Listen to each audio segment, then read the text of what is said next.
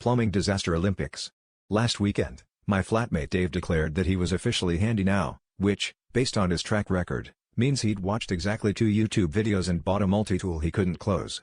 The intrigue started Saturday morning when I woke up to the sound of running water, not the calming spa kind, but the ominous "did someone forget to turn off Niagara Falls?" kind. Dave was already under the kitchen sink, wearing swimming goggles and wielding a wrench bigger than my forearm. He assured me, "Don't worry, I've got this. Plumbers are just guys who didn't try hard enough in high school shop class." About 15 minutes later, Dave emerged, drenched and triumphant, announcing he'd loosened the problematic nut.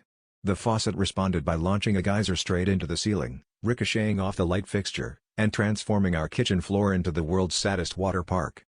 At this point, my other flatmate, Jamie, wandered in, took one look, and immediately stripped down to his boxers, declaring it was indoor slip and slide time.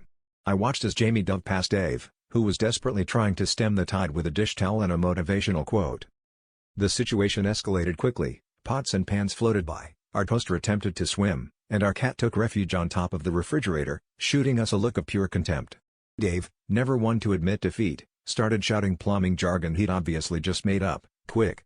Hand me the flux capacitor," while Jamie managed to complete 3 full laps of the kitchen before colliding with the recycling bin and declaring himself the reigning champion of the Flat Olympics.